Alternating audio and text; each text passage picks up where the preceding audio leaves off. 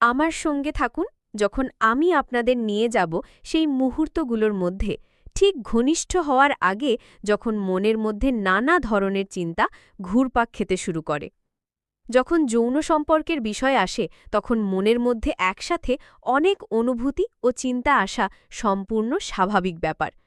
আমাদের অনেকের জন্য এই বিষয়টি রহস্যে মোড়া, ট্যাবু দিয়ে ঢাকা বা কখনো কখনো উদ্বেগ ও অনিশ্চয়তায় ভরা। হয়তো আপনারও মনে প্রশ্ন জাগে, ঠিক ঘনিষ্ঠ মুহূর্তের আগে একজন মানুষের মাথায় আসলে কি ভাবনা আসে?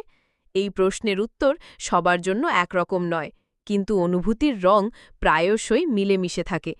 এই সময়ে অনেক রকমের অনুভূতি কাজ করতে পারে। তীব্র উত্তেজনা, হালকা নার্ভাসনেস, গভীর প্রত্যাশা বা এমনকি ভয়ের একটা ছায়া।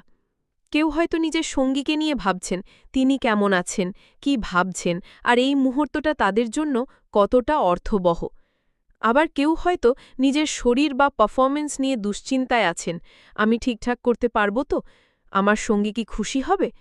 আবার কারো মনে হয়তো ঘুরছে, আমি কি সত্যিই প্রস্তুত, এই পদক্ষেপ নেওয়ার সঠিক সময় কি এখনই। তার সঙ্গে আছে সামাজিক চাপের বিষয়টি। সমাজে যৌন অভিজ্ঞতা নিয়ে যে ধরনের প্রত্যাশা, বিচার বা মন্তব্য থাকে তা একজনের মনকে গভীরভাবে প্রভাবিত করতে পারে। কে কবে, কিভাবে, কাদের সঙ্গে ঘনিষ্ঠ হবে, এসব নিয়েই বাইরে থেকে আসা অগণিত মতামত ও মন্তব্য আমাদের মনে চাপ সৃষ্টি করতে পারে। এই সব অনুভূতি ও চিন্তা একসাথে মিশে গিয়ে অনেক সময় বোঝা কঠিন হয়ে যায় আসলে মনের ভেতরে কি চলছে। ভয় আর সন্দেহ খুব স্বাভাবিকভাবে মাথাচাড়া দিয়ে উঠতে পারে। যদি আমি যথেষ্ট ভালো না হই, যদি আমার সঙ্গী উপভোগ না করে, যদি আমি আসলে প্রস্তুতি না থাকি, এই ধরনের প্রশ্ন রাতের ঘুম কেড়ে নিতে পারে, আত্মবিশ্বাস কমিয়ে দিতে পারে, আর মনে এক ধরনের অস্থিরতা সৃষ্টি করতে পারে। এর সঙ্গে যোগ হয় বাইরের কণ্ঠস্বর, পরিবারের পরামর্শ, বন্ধুর মন্তব্য, এমনকি সোশ্যাল মিডিয়ার পোস্ট বা ভিডিও, যা আপনার নিজের যৌনতা ও ঘনিষ্ঠতা নিয়ে ধারণাকে বদলে দিতে পারে। আসলে সত্যিটা হলো, প্রত্যেকের অভিজ্ঞতা সম্পূর্ণ আলাদা। একজন মানুষ যা অনুভব করছেন বা ভাবছেন তা আরেকজনের অভিজ্ঞতা থেকে সম্পূর্ণ আলাদা হতে পারে। কিন্তু যেটা সবার ক্ষেত্রেই জরুরি তা হলো নিজের সঙ্গে এবং সঙ্গীর সঙ্গে সৎ থাকা।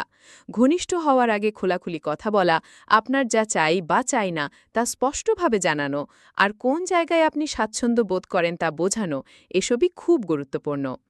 আমার কাছে ব্যক্তিগতভাবে মনে হয়েছে মানসিকভাবে প্রস্তুত থাকা শারীরিকভাবে প্রস্তুত থাকার মতোই, বরং অনেক সময় তার থেকেও বেশি জরুরি। এটা এমন এক অবস্থায় থাকা যেখানে আপনি সম্পূর্ণ স্বাচ্ছন্দ্যে, মানসিকভাবে শান্ত, আর আপনার সঙ্গীর সঙ্গে গভীরভাবে সংযুক্ত অনুভব করছেন। যখন আপনি নিজের অনুভূতি ও সীমারেখা বুঝে নেন, তখন আপনি ঘনিষ্ঠতায় এগোতে পারেন আরও আত্মবিশ্বাস ও স্বচ্ছতার সঙ্গে। আমার নিজের জীবনেও এমন অভিজ্ঞতা হয়েছে, যখন আমি পুরোপুরি প্রস্তুত ছিলাম না, অথচ পরিস্থিতি তেমনই তৈরি হয়েছিল। তখন বুঝতে পেরেছি সমস্যাটা আসলে এই ছিল যে আমি নিজের কাছে সৎ ছিলাম না। আমি জানতাম না আমি আসলে কি চাই, বা আমি সত্যি সেই মুহূর্তের জন্য প্রস্তুত ছিলাম কিনা। কিন্তু সময়ের সঙ্গে সঙ্গে নিজের সম্পর্কে জানার সুযোগ পেয়ে আমি শিখেছি সময় নেওয়া, সঙ্গীর সঙ্গে খোলাখুলি কথা বলা, আর নিজের প্রতি সহানুভূতিশীল হওয়াই সবচেয়ে গুরুত্বপূর্ণ। ঘনিষ্ঠ হওয়ার আগে নিজের অনুভূতি ও চিন্তাগুলো বোঝা সম্পর্কের মান অনেকটাই বদলে দিতে পারে। নিজের ভয়, সংশয় বা আবেগের মুখোমুখি হওয়া সবসময় সহজ নয়, কিন্তু এর ফলাফল প্রায়শই সুন্দর ও গভীর হয়। যখন আপনি নিজের সঙ্গে এবং সঙ্গীর সঙ্গে সম্পূর্ণ সৎ থাকেন, তখন সম্পর্কের মধ্যে আরও গভীর আস্থা, সম্মান আর ভালোবাসা তৈরি হয়। সবশেষে মূল কথা হলো নিজের প্রতি এবং নিজের অনুভূতির প্রতি সত্য থাকা। নিজের ভেতরের কণ্ঠস্বর শুনুন, কিছু সময় নিয়ে ভাবুন আপনি আসলে কি চান, আর সঙ্গীর সঙ্গে খোলাখুলি বলতে কখনো ভয় পাবেন না। আপনার যদি একই ধরনের চিন্তা বা অভিজ্ঞতা থেকে থাকে, তবে কমেন্টে শেয়ার করুন। আর সম্পর্কের যোগাযোগ নিয়ে আরও জানতে চাইলে আমার অন্য ভিডিও, যেটা সম্পূর্ণভাবে যোগাযোগের কৌশল নিয়ে, নিশ্চয়ই দেখে নিন।